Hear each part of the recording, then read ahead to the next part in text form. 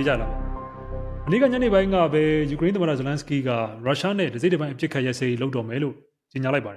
်ဇလန်စကီးကသူ့ရဲ့ social media X အပေါ်မှာစာပိုက်9ပိုက်ပါတဲ့ကြေညာချက်တစ်စောင်ကိုထုတ်ပြန်ပြီးကြေညာလိုက်တာပါဆိုတော့ဒီစာပိုက်ထဲမှာတော့စာပိုက်9ပိုက်ထဲမှာတော့အများကြီးပါပါတယ်ဒါပေမဲ့အရင်တုန်းကဒီမှာကျွန်တော်တို့ပြန်ကြည့်ရင်ဇလန်စကီးကဒီငြိမ်းချမ်းရေးဆိုတဲ့စကားလုံးကိုသုံးမှုသလားပေါ့နော်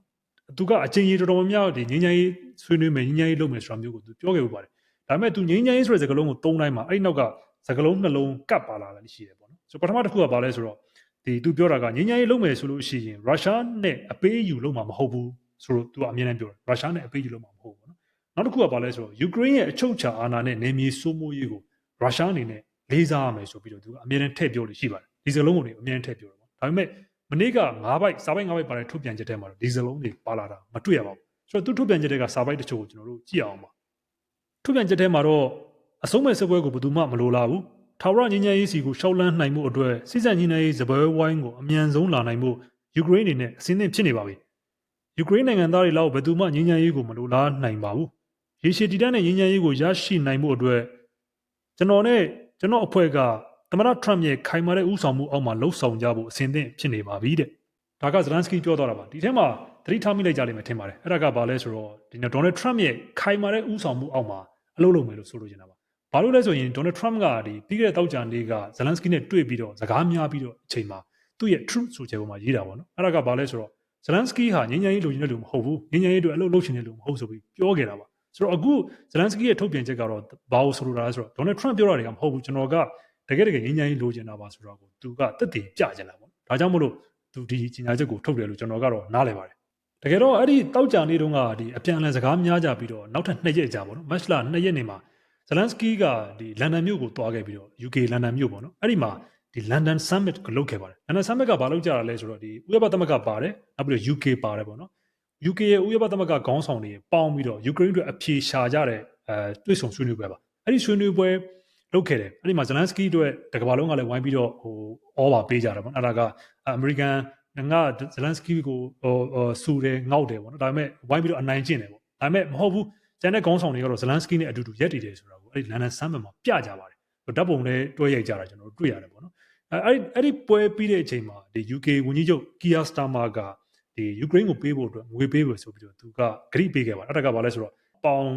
1.26 ဘီလီယံပေးမယ်ဆိုပြီးတော့ဒီ Keir Starmer ကဂရိပေးခဲ့ပါတယ်ဆိုတော့အဲ့ဒီမတိုင်ခင်အဲ့ဒီ London Summit မတိုင်ခင်မှာလုပ်ခဲ့တဲ့ဒီဥရောပသမဂ္ဂရဲ့ညာချက်တစ်ခုလည်းရှိပါတယ်အဲ့ဒါကဘာလဲဆိုတော့ယူကရိန်းအတွက်3.5ဘီလီယံဒါကတော့ယူရိုပေါ့နော်အခုနကပြောတဲ့ Keir Starmer ပေးမယ်ဆိုတာက1.26ကတော့ပေါင်စတာလင်ပေါင်ပေါ့အခု3.5ကကြတော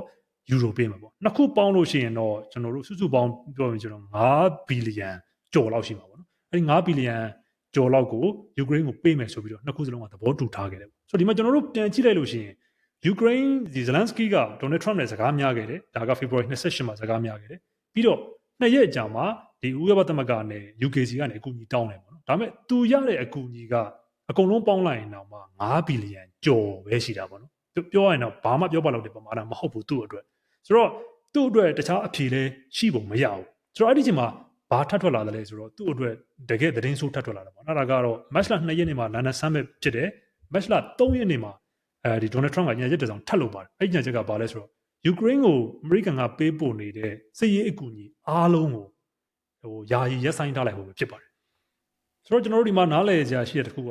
သူတို့ဒီစစ်ရေးအကူအညီတွေအမေရိကန်ကယူကရိန်းကိုစစ်ရေးအကူအညီပေးနေဆိုတာဒီနေ့တရက်ပို့လိုက်နောက်နေ့နားလိုက်နောက်နေ့ထပ်ပို့လိုက်ဒါမျိုးမဟုတ်ဘူးနော်သူတို့ကတောက်လျှောက်ပေးပို့နေတာပါနေ့စဉ်မပြတ်ပေးပို့နေတာဆိုတော့သူတို့ရက်လိုက်ပြီးလို့ပြောတာ ਨੇ ပုံမှန်လမ်းကြောင်းမှာပို့နေတဲ့ဒီစစ်ရေးအကူအညီတွေရောပို့လောက်ထားတဲ့ဟာတွေရောအကုန်လုံးကိုချက်ချင်းရပ်ပစ်လိုက်တာပေါ့နော်ဆိုတော့ချက်ချင်းယူကရိန်းကဒုက္ခရောက်တော့ပါတယ်ဆိုတော့ဒီကိစ္စကိုကျွန်တော်တို့ဒီမတ်လ3ရက်နေ့ကနေပြီးထရမ့်ကကြေညာလိုက်ပြီးကြတဲ့ကတကမ္ဘာလုံးမှာရှိတဲ့စစ်ရေးကျွမ်းကျင်သူတွေကတောက်လျှောက်ဒီ Trump ကိုမရက်ဖို့ပေါ့နော်ဒါကိုပြန်စဖို့ဆိုပြီးတောက်လျှောက်တိုက်တွန်းနေခဲ့ကြတယ်ဘာလို့လဲဆိုတော့ရက်လိုက်တာနဲ့ယူကရိန်းစစ်မြေပြင်မှာတွားထိတာပေါ့နော်ဆိုတော့ယူကရိန်းကဒီလိုထိတာနဲ့ရုရှားကအလွယ်တကူပဲဝင်တိုက်ဖို့ဆိုတာတိတ်မခတ်တော့ဘူးပေါ့နော်ဒါကြောင့်မို့လို့စစ်ရေးကျွမ်းကျင်သူတွေကဒါကိုမရက်ပါနဲ့ဆိုပြီးတောက်လျှောက်အမေရိကန်အစိုးရကိုတိုက်တွန်းနေခဲ့တာဖြစ်ပါတယ်နောက်ထပ်ဒီထုတ်ပြန်ချက်ထဲမှာပါတဲ့တချို့အချက်တွေကိုကျွန်တော်တို့ကြည့်အောင်ပါဆိုတော့ကျွန်တော်အခုနောက်ကပြောခဲ့သလိုအရင်တုန်းကဒီဇလန်စကီပြောတဲ့ဒီအပေးယူမလုပ်ဘူးတို့နောက်တစ်ခုကအချုပ်ချာအာဏာနဲ့နေမီစိုးမိုးရေးတို့ပေါ့နော်ဒီစကလုံးတွေမပါပေမဲ့ရုရှားဘက်ကပြန်လုတ်ပေးရမယ်ဆိုပြီးတော့သူတောင်းဆိုထားတဲ့တချို့အချက်တွေတော့ရှိတယ် အဲ့ထဲမှာပထမအဆုံးအချက်ကတော့တကယ်လို့သူတို့အပြစ်ခတ်ရဲစရေးလုပ်ပြီဆိုလို့ရှိရင်ပထမအဆုံးဘာလုပ်ရမှာလဲဆိုတော့အကျဉ်းသားတွေလွှတ်ပေးရမယ်ဆိုပြီးပြောတာပေါ့နော်ဒါပထမအဆုံးတစ်ချက်ပါဆိုဒုတိယအချက်ကတော့ဘာလဲဆိုတော့ဒီဝေဟင်နဲ့ရေပြင်မှာအပြစ်ခတ်ရဲစရေးလုံးဝချက်ချင်းလုပ်ရမယ်ဆိုပြီးတော့သူကပြောတာပါဆိုလိုချင်တဲ့သဘောကဒီဝေဟင်ဆိုတဲ့နေရာမှာသူကဘာတွေပြောလဲဆိုမစ်ဇိုင်းဒုံးနဲ့ပစ်တဲ့ကိစ္စနောက်အဝေးတာဝေးပစ်လို့ရတဲ့ဒီ drone တွေအသုံးမပြုဘူးနော်နောက်ပြီးတော့အရက်သားတွေအသုံးပြုတဲ့အခြေခံအဆောက်အအုံတွေနောက်စွမ်းအင်ပေးတဲ့နေရာတွေကိုဘုံမကျဲဖို့ဆိုပြီးပြောတယ်ဒါကတော့ဒီဝေဟင်ကိုအသုံးပြုပြီးတော့မတိုက်ခိုက်ဖို့အဲ့ဒီတိုက်ခိုက်မှုတွေကိုရပ်ဆိုင်းထားလိုက်ဖို့ပေါ့နော်ဆိုတော့ဒုတိယအချက်ကတော့ပင်လယ်ပြင်တွေကပြစ်ခတ်တိုက်ခိုက်မှုတွေကိုလည်းချက်ချင်းရပ်ဖို့ဆိုပြီးတော့ပြစ်ခတ်ရရင်ချက်ချင်းရပ်ဖို့ဆိုပြီးပြောတာပေါ့ဒီမှာကျွန်တော်တို့စိတ်ဝင်စားကြကောင်းတဲ့တစ်ချက်ရှိပါအဲ့ဒါကဘာလဲဆိုတော့ယူကရိန်းကသူ့ဘက်ကတစ်ဖက်သက်အပြစ်ခတ်ရဲစဲမှာမဟုတ်ဘူးအခုသူပြောတဲ့အချက်တွေဝေဟင်ကနေဝေဟင်အပြစ်ခတ်ရဲစဲရမယ်ရေပြင်ကနေအပြစ်ခတ်ရဲစဲရမယ်အကျဉ်းသားတွေလွှတ်ပေးရမယ်ဆိုတဲ့ကိစ္စတွေကိုရုရှားဘက်ကလည်းလုပ်မှာသူ့ဘက်ကလည်းလိုက်လုပ်မယ်အပြန်အလှန်သဘောတူညီမှလုပ်မယ်ဆိုပြီးတော့ဇလန်စကီကပြောတာပါဒါကိုရုရှားကနေလိုက်လုပ်အောင်မယ်ပေါ့နော်ဆိုတော့ဒီအချက်ကသူပြောတဲ့အထက်မှာဒါပထမအဆင့်အချက်တွေဖြစ်ပါတယ်ဒါပေမဲ့ဒုတိယအဆင့်တတိယအဆင့်ကတော့သူထုတ်ပြန်ချက်ထဲမှာထည့်ပြီးတော့ဖော်ပြထားတာမတွေ့ရပါဘူးဒါပေမဲ့သူထည့်ပြီးတော့ဖော်ပြထားတဲ့တချို့အချက်ရှိပါတယ်အဲ့ဒါကဘာလဲဆိုတော့ကျွန်တော်တို့အနေနဲ့လာမယ့်အဆင့်တွေအားလုံးမှာလည်းမြန်မြန်ဆန်ဆန်ဖြစ်စေဖို့ခိုင်မာတဲ့နောက်ဆုံးသဘောတူညီချက်ကိုသဘောတူရန်အမေရိကန်နဲ့လက်တွဲလှုပ်ဆောင်လိုပါတယ်ဆိုပြီးသူထည့်ရေးထားပါတယ်ဆိုတော့ဒါဇလန်စကီထည့်ရေးထားတာပေါ့နော်သူရေးထားတဲ့စာပိုက်9ပိုက်ထဲမှာအမေရိကန်ဆိုတဲ့စကားလုံးရဲ့ Trump ဆိုတဲ့စကားလုံးရဲ့အကျဉ်းချင်းပါပါတယ်ဆိုတော့ဒီမှာနောက်တစ်ခုကျွန်တော်တို့ရှိသေးတာကဘာလဲဆိုတော့ပြီးခဲ့တဲ့တောက်ကြံလေးကစကားအခြေတင်ဖြစ်တဲ့ကိစ္စကိုမှတ်မိကြတဲ့သူတွေပြန်ကြည့်ကြည့်ပါဘောနော်တချို့လည်းမှတ်မိကြတယ်ပါအဲ့ဒါဘာလဲဆိုတော့ JD Vance ဒုသမ္မတကနေပြီးတော့ဒီဇလန်စကီကိုမေးတဲ့စကားအဲ့ဒါဘာလဲဆိုတော့ခင်ဗျားကိုတော့ရှောက်အကူအညီကျွန်တော်တို့ပေးလာခဲ့တယ်ဒါပေမဲ့ခင်ဗျားအနေနဲ့အမေရိကန်ကိုနောက်ပြီးသမ္မတကြီးကိုကျေးဇူးတင်မှုလားပေါ့နော်ကျေးဇူးတင်တယ်လို့ပြောဘူးလားဆိုပြီးတော့သူမေးပါတယ်ဆိုတော့အဲ့ဒီစကားကိုအဲ့တုန်းကဇလန်စကီကတော့ကျေးဇူးတင်မှုတယ်တင်တယ်ဆိုပြီးခဏခဏပြောတာပေါ့ဒါပေမဲ့အဲ့ဒီတုန်းကစကားကိုဇလန်စကီကမှတ်ထားပုံရပါတယ်ဆိုတော့အခုသူ့ရဲ့ထုတ်ပြန်ချက်ထဲမှာအဲ့ဒီအကြောင်းအရာနဲ့ပတ်သက်ပြီးတော့ထပ်ပါလာပါတယ်ကျွန်တော်တို့ဖတ်ကြည့်အောင်ယူကရိန်းရဲ့အချုပ်အခြာအာဏာနဲ့လွတ်လပ်ရေးကိုထိန်းသိမ်းတဲ့နေရာမှာအမေရိကန်ကကူညီပေးခဲ့တဲ့အပေါ်တကယ်ကိုတန်ဖိုးထားပါတယ်ပြီးတော့သမ္မတထရမ့်ကယူကရိန်းကိုဂျက်ဗလင်တွေပေးခဲ့တုန်းကအခြေအနေတွေပြောင်းလဲသွားတဲ့အဖြစ်အပျက်တွေကိုလည်းသတိရမိပါတယ်အဲ့ဒီအတွက်လည်းအင်မတန်ကျေးဇူးတင်ပါတယ်ဆိုပြီးတော့ပြောထားပါတယ်ဆိုတော့အဲ့ဒီတောက်ကြံလေးကစကားများကြတဲ့ကိစ္စပေါ်မှာတကမ္ဘာလုံးကနေပြီးတော့ဒီဥရောပဥယူခေါင်းဆောင်တွေကလည်းဒီပေါ်မှာတုံ့ပြန်ကြတယ်ပေါ့နော်ထရမ့်ကရိုင်းနေထရမ့်ကအနိုင်ကျင့်နေစသဖြင့်အများစုတုံ့ပြန်ကြပါတယ်ဒါပေမဲ့ထရမ့်ကိုထောက်ခံတဲ့သူတွေကတော့အဲ့ဒီတုန်းကဖြစ်ရဟာထရမ့်ကတောင်းပန်ရမှာမဟုတ်ဘူးထရမ့်ကရိုင်းတာမဟုတ်ဘူးဒါကဇလန်စကီကရိုင်းတာဇလန်စကီကတောင်းပန်ရမယ်ဆိုပြီးတော့တောက်လျှောက်ပြောနေကြတာပေါ့နော်ဆိုရှယ်မီဒီယာမှာလည်းဒီအကြောင်းအရာတွေအများကြီးပါပဲဆိုတော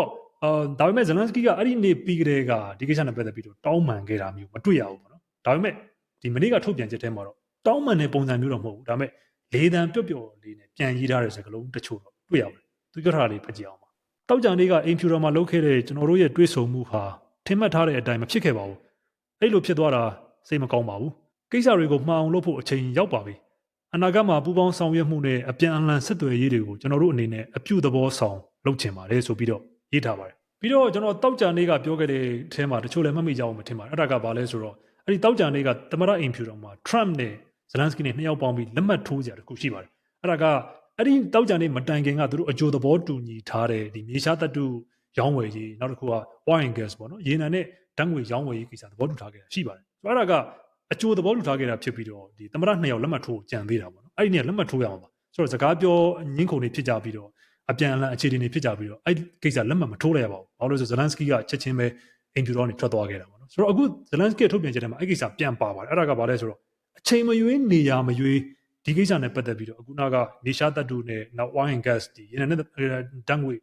ဒီရောင်းဝယ်ရေးကိစ္စနဲ့ပတ်သက်သဘောတူညီချက်စာချုပ်ကိုအချိန်မရွေးနေရာမရွေးကြိုက်တဲ့ပုံစံနဲ့လက်မှတ်ထိုးဖို့အစဉ်အသင့်ပါပဲဆိုပြီးထည့်ပြောထားပါတယ်ဆိုတော့ကျွန်တော်တို့အကုန်လုံးကိုခြုံပြီးတော့ပြောရရင်တော့ဇလန်စကီကနောက်ဆုံးမှာဒေါ်နယ်ထရမ့်ရဲ့အလိုအတိုင်းပေါ့နော်သူဒါရုရှားနဲ့ငြိမ်းချမ်းရေးယူဖို့အတွက်ဆုံးဖြတ်လိုက်တယ်လို့ကျွန်တော်ကနားလည်ပါတယ်ဆိုတော့ဒါပေမဲ့နောက်တစ်ခုပုံစံရှိတဲ့တာကတော့ဇလန်စကီရဲ့ဗျူဟာများလားပေါ့နော်ကျွန်တော်စဉ်းစားမိတာအဲ့ဒါဘာလဲဆိုတော့အခုဇလန်စကီကတော့သူတို့ယူကရိန်းအနေနဲ့ဟုတ်ပြီဒါငြိမ်းချမ်းရေးယူမယ်လို့သဘောတူလိုက်ပြီပေါ့နော်တကယ်လို့သူတို့ကငြိမ်းချမ်းရေးယူမယ်လို့သဘောတူလိုက်တယ်ကြီးညာချက်ထုတ်လိုက်ပေမဲ့ရုရှားကသာအဲ့ဒီဟာကိုမလိုက်နာပဲနဲ့အခုနကသူပြောခဲ့သလိုရုရှားကဒီဝေဟင်နဲ့ရေပြင်မှာအပြစ်ခတ်ရက်မှာသူလည်းရက်မယ်လို့ဆိုတာဟုတ်နှစ်ဖက်သဘောတူမှာရက်မယ်လို့ဆိုတာအခုယူကရိန်းကရက်လိုက်တယ်ဆိုပေမဲ့ရုရှားကသာမရက်ဘူးဆိုလို့ရှိရင်အဲ့ဒါကယူကရိန်းအပြစ်မဟုတ်တော့ဘူးရုရှားကသာအပြစ်ပြောဖို့ရှိတော့တယ်ဆိုတဲ့ပုံစံမျိုးလှုပ်ချင်တာလားဆိုပြီးတော့လဲတချို့ဒီအထူးသဖြင့်တော့အနောက်တိုင်းမီဒီယာတွေကနေပြီးတော့ဒီပုံစံမျိုးရေးကြပါတယ်ဒါပေမဲ့ ယူကရိန်းကရပ်သွားပြီးတော့ရုရှားကသာဆက်တိုက်မယ်ဆိုလို့ရှိရင်ဒီတိုက်ပွဲကယူကရိန်းဆက်ပြီးတောင်းခံမှုတိတ်တော့မဖြစ်နိုင်ဘူးလို့ကျွန်တော်ကယူဆပါတယ်။ဘာဖြစ်လို့လဲဆိုလို့ရှိရင်အရင်တုန်းကဒီဥရောပသမဂ္ဂရော UK ရောအမေရိကန်ရောအကုန်လုံးပေါင်းပြီးတော့ပေးနေကြတာပေါ့နော်။ဆိုတော့အမေရိကန်ရဲ့ပေးတဲ့ငွေကဥရောပသမဂ္ဂနဲ့အခု UK နဲ့ပေးတဲ့ငွေရဲ့တဝက်နီးပါးတော့ရှိတယ်ဆိုတော့တကယ်တော့အမေရိကန်ကလုံးလုံးမပေးတော့ဘူးဆိုလို့ရှိရင်ငကိုရနေတယ်ဆိုကြပါစို့100ပေးနေတာမှာ50လောက်ယော့သွားမှာဆိုတော့ပုံမှန်အဖြစ်ကျွန်တော်တို့သတင်းတွေဖတ်ရမယ်ဆိုတချို့တွေ့ပါလိမ့်မယ်အဲ့ဒါကဘာလဲဆိုတော့ဇလန်စကီကနိုင်ငံကောင်းဆောင်တွေနဲ့အရင်တော့ဆိုကျွန်တော်ဂျိုးဘိုင်ဒန်တို့နဲ့တွေ့တိုင်းမှာသူ့ကိုထပ်ပြီးတော့ဒီစစ်ရေးအကူအညီတွေပေးဆိုတော့တောက်လျှောက်တောင်းနေကြတာပေါ့ဆိုတော့ပေးနေရင်တော့တောင်းနေရတယ်ပေါ့နော်ဆိုတော့အခုငကိုပေးနေတဲ့ဟာတွေတော့လုံးလုံးရက်ပြစ်မယ်ဆိုတော့သူတိုက်နေတဲ့တိုက်ပွဲကိုဆက်တိုက်ဖို့ဆိုတော့ကျွန်တော်ကတော့လုံးဝတိတ်ပြီးတော့မဖြစ်နိုင်တော့ဘူးလို့ကျွန်တော်ကတော့ယူဆပါတယ်ဆိုတော့ရုရှားအနေနဲ့ဆက်တိုးလာဖို့သာရှိတယ်ပေါ့နော်အဲ့ဒါကြောင့်မို့လို့အခုယူကရိန်းကငင်းငင်းစကားစပြောတာပဲလို့ကျွန်တော်ကတော့နားလည်ပါတယ်ဆိုတော့ဒီမှာအလင်းသိန်းလို့ကျွန်တော်တို့ယူကရိန်းကိုဥရောပသမဂ္ဂနဲ့ဒီ UK တို့ကဘယ်လောက်ကူညီပေးပြီးလဲအမေရိကန်ကဘယ်လောက်ကူညီပေးပြီးလို့စရင်နောက်ဆုံးစရင်တစ်ခုရထားတာရှိပါတယ်အဲ့ဒါကဘာလဲဆိုတော့2022ခုနှစ်ဒီယူကရိန်းကိုရုရှားကျူးကျော်ပြီးကလေးကဥရောပသမဂ္ဂကနေယူကရိန်းကိုပေးထားတဲ့ဟာကအမေရိကန်ဒေါ်လာ158ဘီလီယံရှိတယ်လို့ဆိုပါတယ်ဆိုတော့ UK ကတော့ထောက်ပံ့ထားတာဒီ16ဘီလီယံရှိတယ်လို့ပြောတယ်ပေါ့နော်ဆိုတော့ဒါပေမဲ့သူတို့နှစ်ခုပေါင်းလိုက်လို့ရှိရင်တော့ဒီ158နဲ့16ပေါ့160နဲ့183ဘီလီယံလောက်ရှိတယ်ပေါ့ဒါပေမဲ့အမေရိကန်နိုင်ငံတွေကပေးထားတာ120ဘီလီယံရှိတယ်အခုနောက်ကပေးတဲ့ငွေရဲ့ငွေနီးပါးပေးထားတာပေါ့ဥရောပသမဂ္ဂနဲ့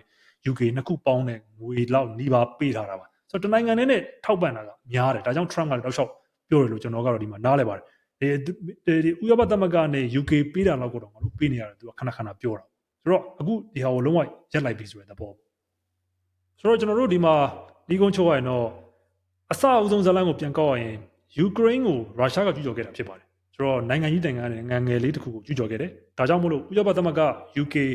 အမေရိကန်တို့လိုနိုင်ငံကြီးတွေကဒီနိုင်ငံကျူးကျော်ခံတဲ့နိုင်ငံလေးဘက်ကနေပြီးတော့ဝိုင်းဝန်းထောက်ပံ့ပြီးတော့ကြောထောက်နောက်ခံပေးပြီးတော့ကာကွယ်ပေးခဲ့ကြတာပေါ့နော်ဆိုတော့အခုတော့မြင်ရတာကအခုနောက်ကလိုနိုင်ငံကြီးနိုင်ငံကနေပြီးတော့နိုင်ငံလေးကိုကျူးကျော်တယ်အဲ့ဒီကျူးကျော်တဲ့နိုင်ငံဘက်ကိုအမေရိကန်ကအဲ့ဒီဘက်ကနေလိုက်ပြီးတော့လိုက်စကားပြောနေတယ်ဆိုပြီးကျွန်တော်တို့နားလည်ရတာပေါ့နော်ပြီးတော့အကျူးကျော်ခံရတဲ့နိုင်ငံဘက်ကအခုဇလန်စကီကစပြီးတော့ငြိမ်းချမ်းရေးစကားစပြောတာအပေါ်တော့ကျူးကျော်ခံရတဲ့နိုင်ငံကကျွန်တော်တို့မကျူးကျော်ပါနဲ့တော့အခုကျွန်တော်ငြိမ်းချမ်းရေးလိုချင်ပါတယ်ဆိုပြီးတော့ပြန်ပြောရတဲ့ပုံစံဖြစ်လာပါပြီဆိုတော့အမေရိကန်သမ္မတဒေါ်နယ်ထရမ့်ရဲ့အလိုတိုင်းလိုက်ပြီးတော့ယူကရိန်းစစ်ပွဲကဆက်ပြီးတော့ဖြစ်လာမယ်အလားအလာပဲဖြစ်ပါတယ်ခင်ဗျာအားလုံးအစဆုံးနားဆင်ပေးကြတာကျေးဇူးအများကြီးတင်ပါတယ်အဆင်ပြေကြပါစေဗျာ